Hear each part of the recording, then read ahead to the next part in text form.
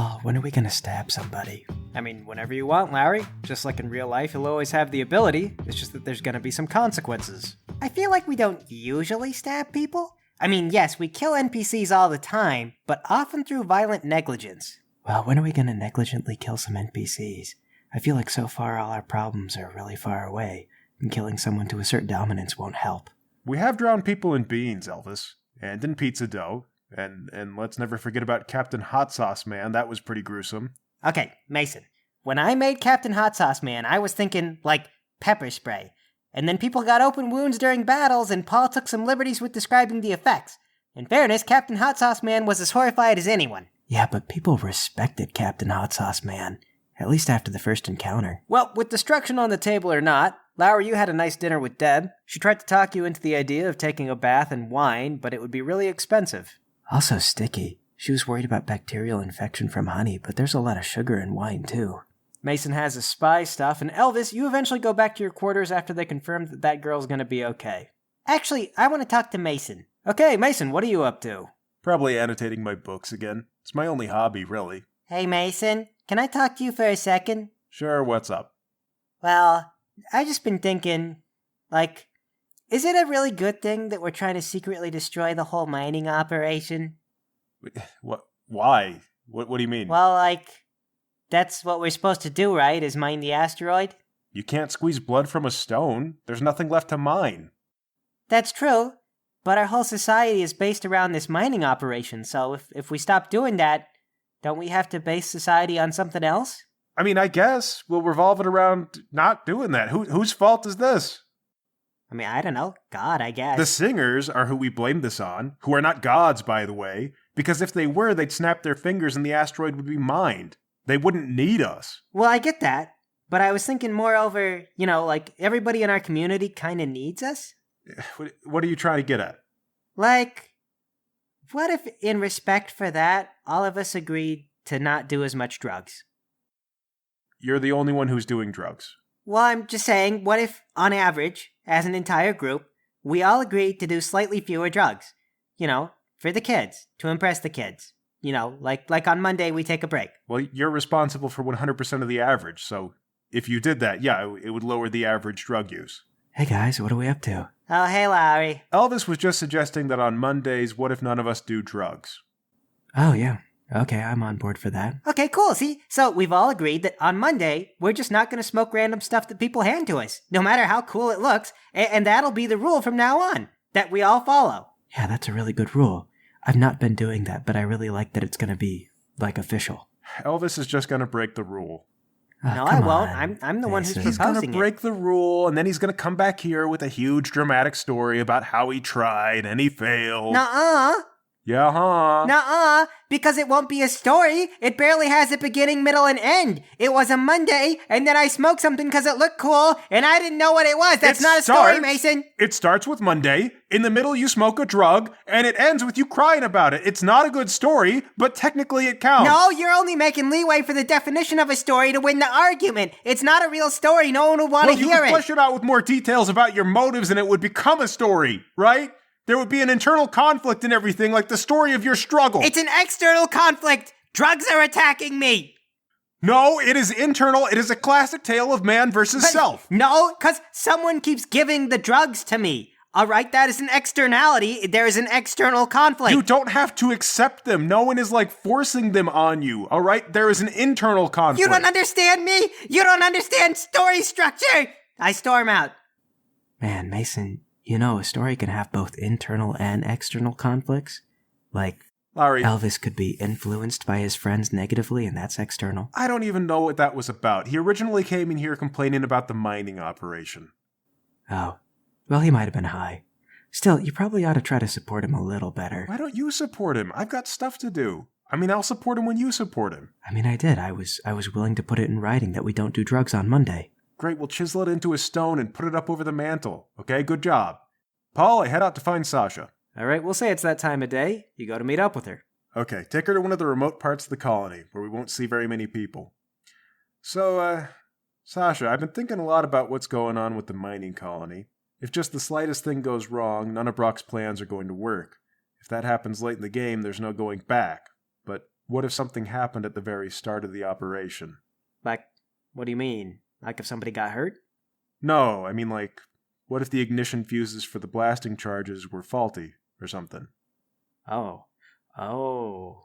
Look, I'm not trying to back you into a corner or anything, and I'm not saying you have to, but I think if maybe there was some sort of early setback, Brock might lose faith in his own plan, and we could try to stop and negotiate a better one.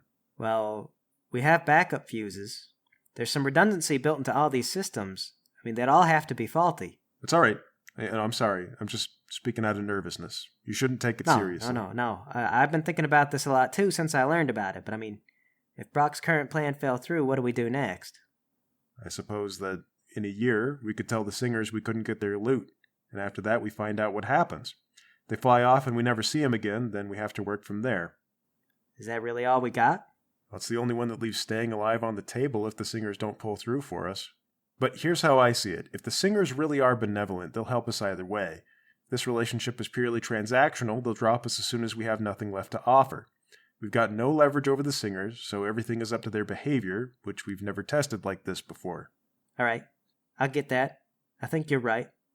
I'm not going to promise anything, but I'll look at it. Will you give it some real thought? Let me know if you need anything from me. I will. But don't worry, I think I can handle it.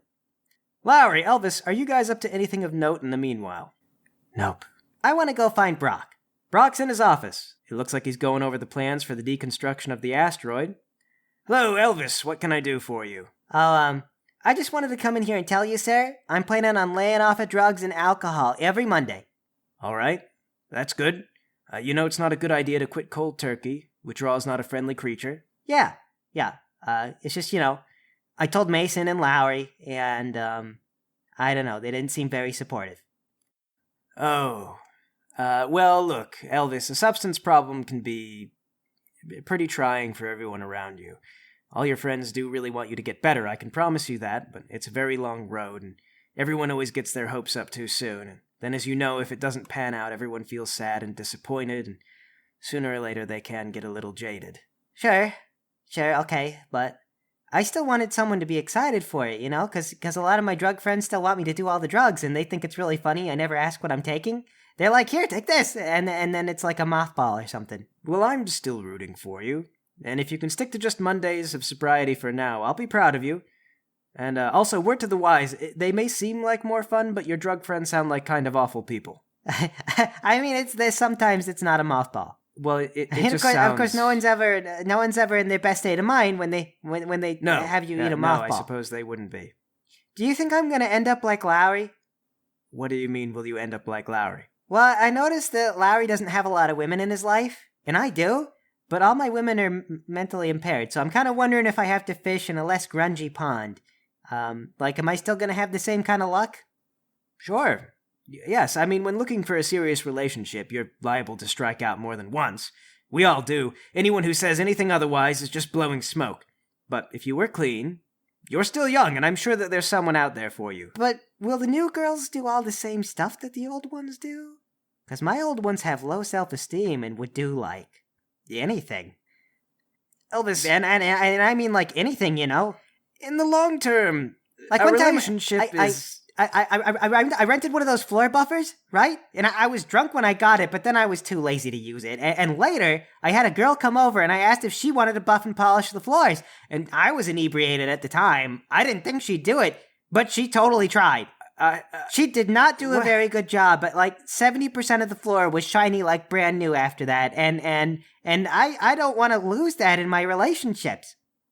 Just to be clear, this isn't a metaphor for something in the bedroom. No. Nothing is no. Not I mean, for that type of thing, I figure you just communicate, like everybody. But okay. But I don't know if I've heard of anyone's wife to be willing to take a risk on operating a floor buffer on the cold open like that. I mean, that's the drug life, man. That's the wildness.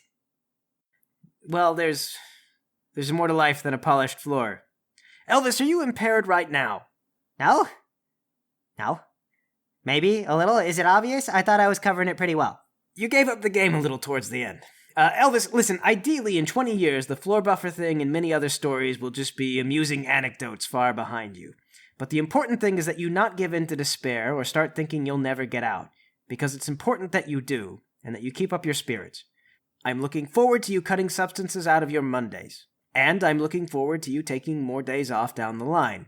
And I tell you what, as soon as you get a whole month with no drugs, and you're not having any withdrawal, I'll come and buff the floors. We'll make it an event.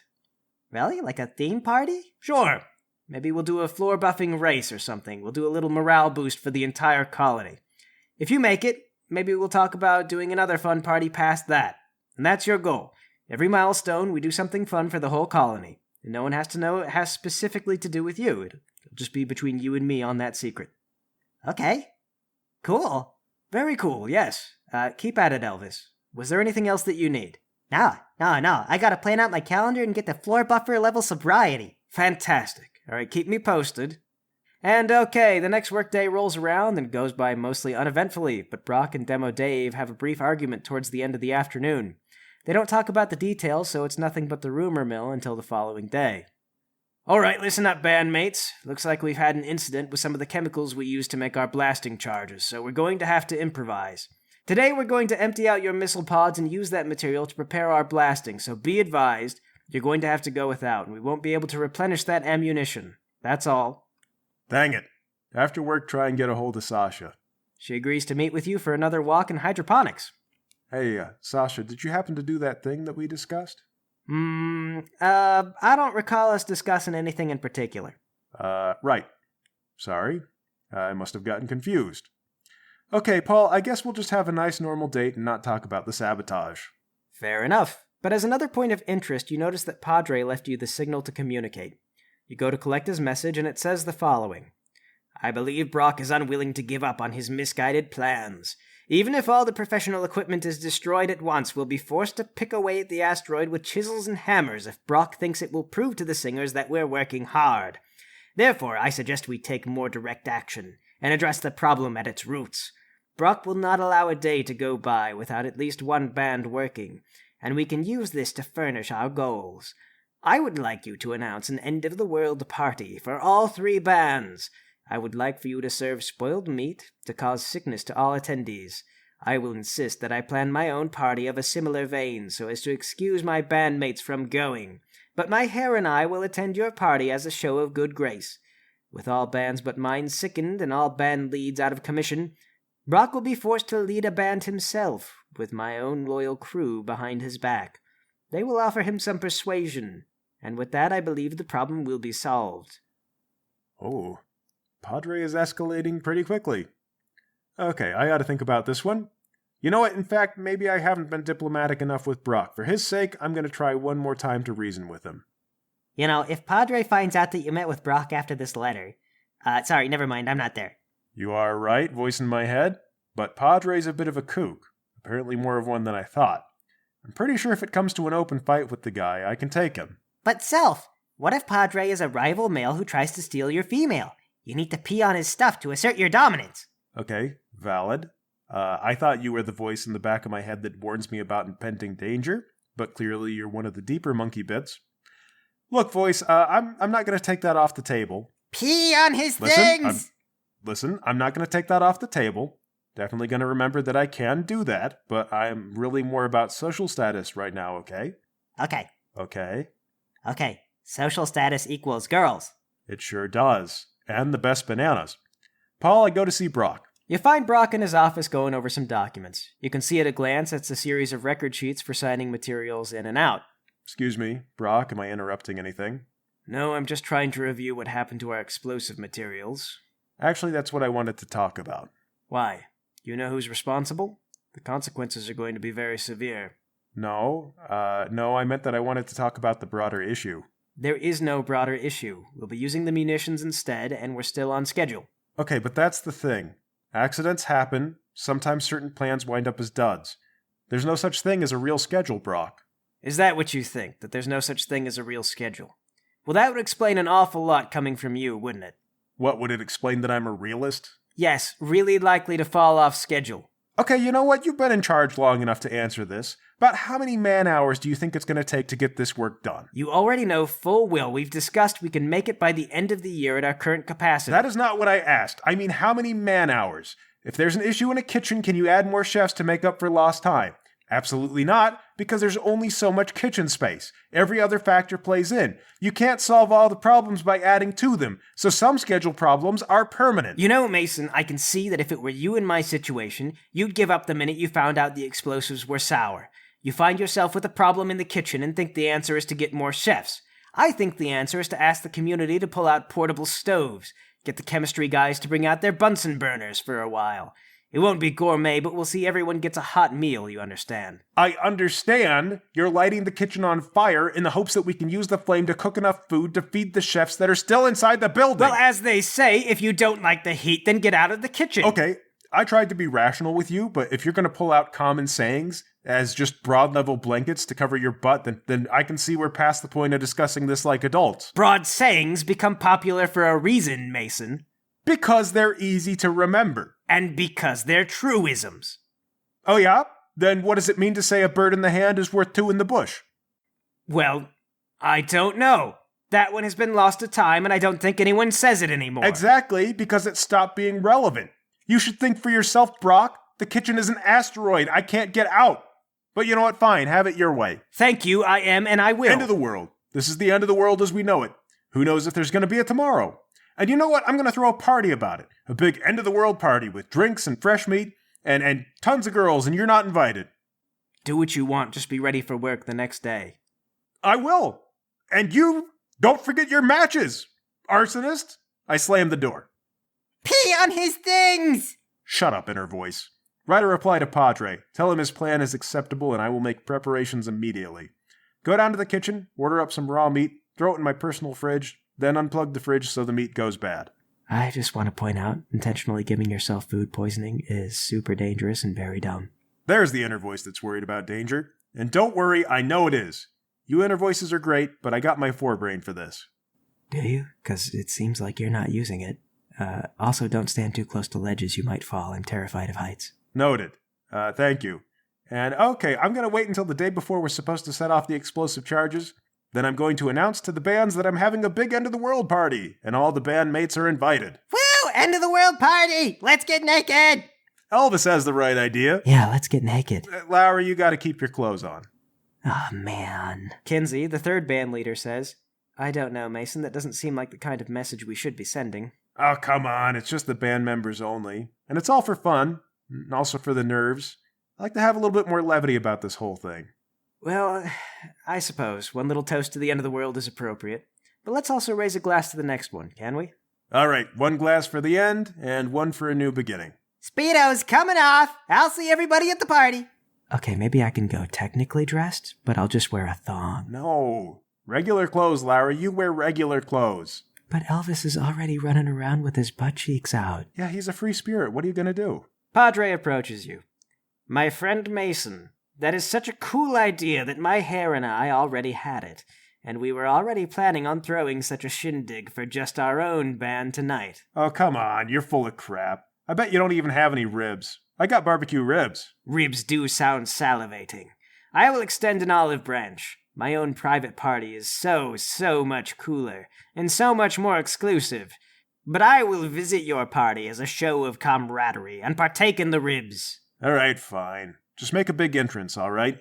You know I could do nothing else. Hey, Mayson, could I invite some ladies? I didn't order that much meat, so I don't know we can do +1s. Well, isn't your new girlfriend gonna feel left out if she didn't get to go to the party? Like, that's sort of a perk of dating a band member, you know? And all the Padres guys aren't gonna be there, so that's a few seats open. Sure, but it's just going to be band members, so I wasn't going to invite Sasha. That's cold, dude. She's gonna be upset. Well, who are you going to invite? I was planning to ask around to not make it weird, but being honest, probably Deb. Well, she's right over there checking the equipment. Why don't you just invite Deb? 'Cause, man, I don't want her to think I zeroed in on her. I want her to feel like she's being chosen from among my hundreds of options.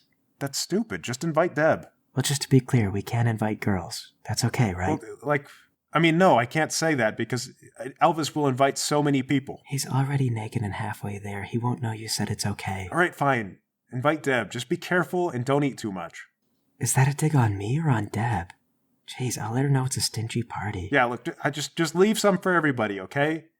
Paul, now I've got to go find Sasha. Yep, she's clocking out of work from the demo lab. Oh, hey, Mayson. Hey, Sasha. I came by to let you know we're doing kind of a party type of thing, sort of celebrating the end of the world. Oh, I didn't know we were celebrating that. It's kind of ironic. Yeah, and I'm mad at Brock. Oh, so Lowry's bringing a friend, a lady friend.